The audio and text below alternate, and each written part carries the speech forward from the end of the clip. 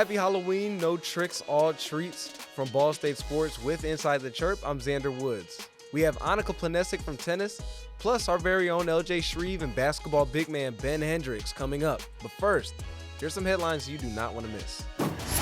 When the pressure is on, Ball State football seems to perform. As for the second year in a row, Ball State football wins their homecoming game in thrilling fashion. After having his previous field goal attempt blocked, with just 5 seconds left in the game, kicker Jackson Corville redeemed himself after drilling the game-winning field goal and giving Ball State the 25-22 win over NIU. In other news, we are witnessing a legend in the making as Avery Finchel tied Ball State's all-time goal record. She scored her 30th career goal to tie the program record in the 72nd minute of Ball State's match against Western Michigan. Their next and last game of the regular season will be this Thursday at 3 p.m., where hopefully we will see Finchel score again to officially become the school's all-time leading scorer. Ball State men's golf came back off of a record-breaking performance at the White Sands Bahamas Invitational, where the team scored 26 under par, which is a new program record. A previous record, 22 under par, was held back at Butler in 2023 and Dorado Beach in 2021. This Ball State women's basketball season is just underway with their game against Old Dominion on November 4th. The Cardinals are the Mid-American Conference preseason favorite for the number 1 bid. And it comes to no surprise because this team is deep with multiple returning pieces as well as experienced transfers to bolster areas of depth. This team should be just as formidable as any team deep in the regular season. Back in the studio, I'm here with another special guest, Annika Planesic. How's it going? How are you doing?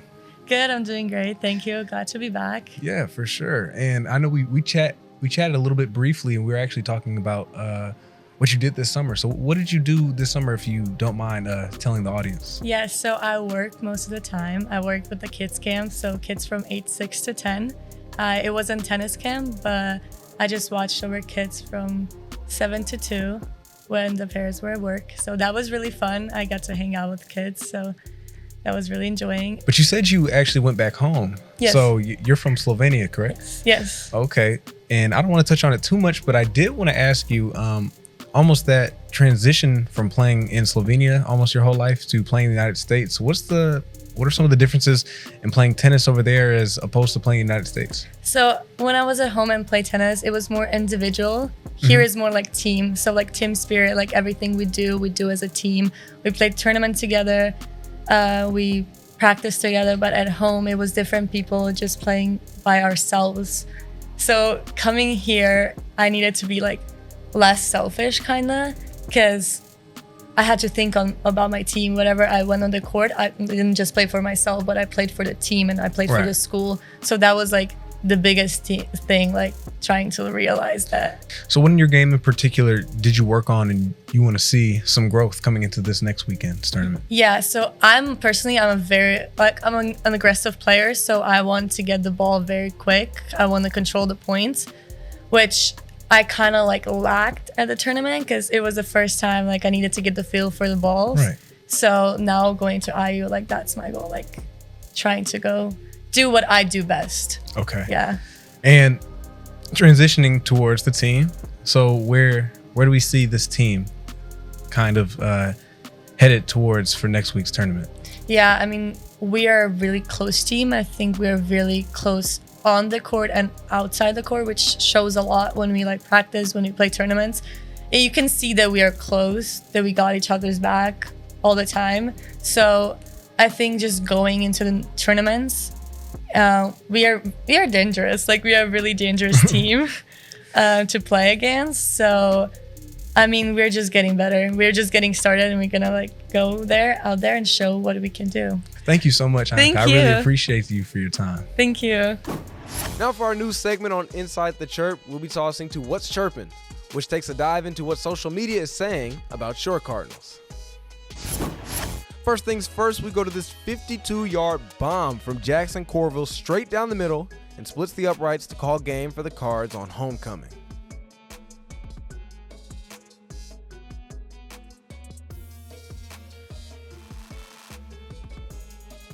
As high as Ball State women's volleyball is, nobody is hotter than Maddie Buckley as she leads all MAC sports players in attack percentage, as she was just recognized with MAC Offensive Player of the Week honors. And a word from Ball State legend Avery Fenchel as she released a heartfelt statement after she tied the all-time scoring record this past Sunday against Western Michigan. From SL and myself, congratulations to her and an amazing career here at Ball State.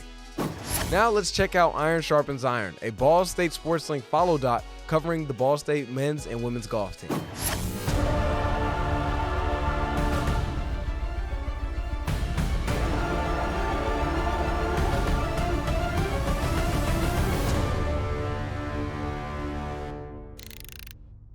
Media day, Coach?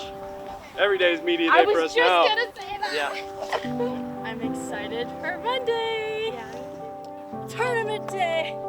We're out here playing our individual event this week.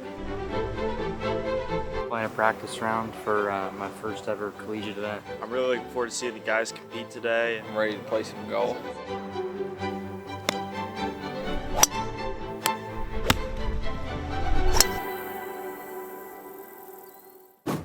With so many highlight plays and elite performances, you already know we got to give you that Ball State Sports Top 5 plays. Hello and welcome back to Inside the Chirp Top 5. A lot of plays to get to this week, so let's get started. At 5, Jordan Jeffers of the Ball State soccer team sends a ripper past the NIU goalie. Cards would unfortunately lose this one 3-1. At 4, Samanza drops back, lofts one to the back corner of the end zone, and Tanner Koziel goes up and makes the play for the Cardinals. This was his second touchdown of the game, and we'll come back to this game later. At number 3, Madison Buckley rises up and gets the kill. That's one of her 12 kills this match as the Cardinals sweep the Huskies 3-0. At number 2, Jenna Wyckoff receives the pass in the slot and buries the goal for the Cardinals. Field hockey gets the overtime win against Ohio 2-1. Now for your number 1 play. Back to football against NIU for the homecoming game. Jackson Corville launches the 52-yard field goal as it's a walk-off win for the Cardinals against NIU 25-23. The Bronze Stalk stays in Muncie. Welcome back into the Betsy M studio with a very special guest, Ben Hendricks. Ben, how are you doing? Doing great. How are you? Doing good. Thanks for coming on. Now, before we start talking all hoops, tell me a highlight of the off season. Let's see. Getting to meet everybody, all the new players. It's good, and getting to see my family was nice. Being back home, seeing my friends. It's been great to see everybody, new faces. Learning things about them and each other. And just getting ready to come back here. Yeah, absolutely. During the summer, you talked about how so far it's been hard but worth it, all the work you've done. It was midway through the summer. What words would you use to describe that point up until now? I say a lot of growth. Not only myself and the team, we've had a lot of growth as a team, Yep. In the summer, more summertime, it's a lot of individual work. Now we're in practices, and it's definitely harder. It's longer hours, sometimes a little bit harder than what you're used to. But no, it's a lot of growth from not only myself, but as a team player, as a team, and as my other teammates as individual players. Absolutely. And Ben, coming into this season, obviously you want to compete to win a MAC championship, but upon that, what are other things that you personally and the team are looking for this season? Yeah, I feel like I want to have a good year myself. Everybody does. But I feel like one part of growth for me was realizing that stats aren't everything. And if I want to play overseas, scouts see more than points. They'll see how your cohesion is with your team, how you listen to your coach. Are you doing what your coach is telling you? And are you making plays away from the ball? So I think that's a big thing for me personally is, everybody wants to score 20 points and have 10 rebounds, but I can have 10 rebounds and fewer points, but I can still be a big impact on the game. And, for the team, I feel like coach has done a very good job at introducing that to the newer players and transfers onto how we want to do it this year and how we want to change how we played from last year to this year. Well, thank you so much for coming on, and appreciate your time. Yeah, thank you for having me. Ball State women's volleyball has been on a tear as of late, winning 4 games in a row headed into this weekend with a game against Eastern Michigan on Friday at Worthen Arena at 6. Ball State cross country will be hosting the MAC Championships for the first time since 2011 this weekend on Saturday at 11 and 12 o'clock. If you thought last weekend's game against NIU was tough, then you're in for another Halloween treat as Ball State football takes on our rival Miami, Ohio in the Redbird Classic next Tuesday at 7 p.m. As mentioned before, women's basketball will be playing their season opener against Old Dominion on Monday, November 4th at 6:30 p.m. in Worthen. From the Betsy M Sports Link Studios, that's all I got for you today. I'm Xander Woods, and this is Inside the Chirp. Have a happy Halloween.